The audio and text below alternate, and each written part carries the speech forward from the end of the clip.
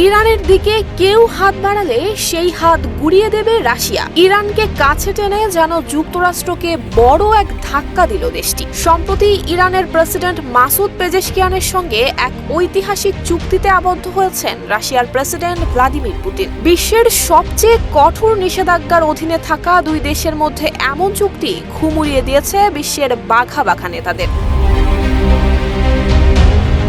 ২০ বছর মেয়াদী বাণিজ্য এবং সামরিক সহযোগিতা বিষয়ক একটি কৌশলগত অংশীদারিত্ব স্বাক্ষর করেছে ইরান এবং রাশিয়া। চুক্তি স্বাক্ষরের পর দুই দেশের রাষ্ট্রপতি বলেছেন, দুই দেশ সামরিক সহযোগিতা জোরদারে অঙ্গীকারবদ্ধ। দুই নেতা মস্কো এবং তেহরানের মধ্যে বাণিজ্য, বিনিয়োগ, পরিবহন। New on Foodie, 150 টাকা discount to welcome you. Logistics, মানবিক এবং আঞ্চলিক ও আন্তর্জাতিক এজেন্ডায় বর্তমান ইস্যুতে সহযোগিতা সম্প্রসারণের বিষয়ে আলোচনা করেছেন। চুক্তিটি দুই দেশের মধ্যে ক্রমবর্ধমান সামরিক এবং রাজনৈতিক অংশীদারিত্বকে শক্তিশালী করবে বলেও আশা করা হচ্ছে।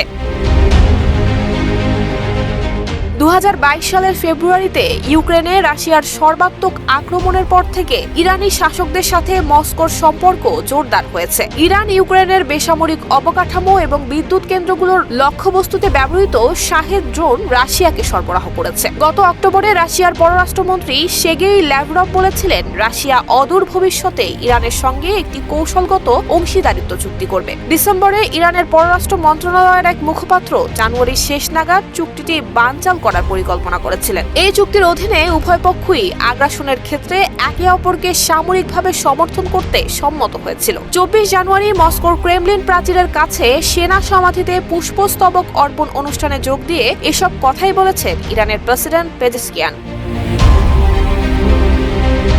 সংবাদ মাধ্যম এএফপি বলছে, সম্প্রতি একটি বিশেষ ফ্লাইটে মস্কো পৌঁছেছেন ইরানের প্রেসিডেন্ট পেজেশকিয়ান। সফরে তিনি রাশিয়ার প্রেসিডেন্ট ভ্লাদিমির পুতিনের সঙ্গে বৈঠক করেছেন। এরপর ওই কৌশলগত চুক্তিতে স্বাক্ষর করেছেন দুই নেতা। জানা গেছে, গত জুলাইয়ে প্রেসিডেন্ট নির্বাচনের মধ্য দিয়ে ক্ষমতায় আসার পর এটাই পেজেশকিয়ানের প্রথম ক্রেমলিন সফর।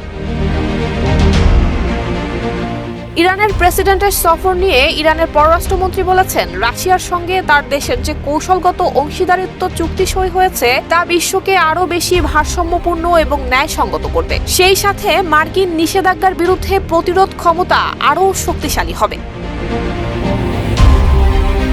নুসরাত জাহান মেহেক, ঢাকা পোস্ট।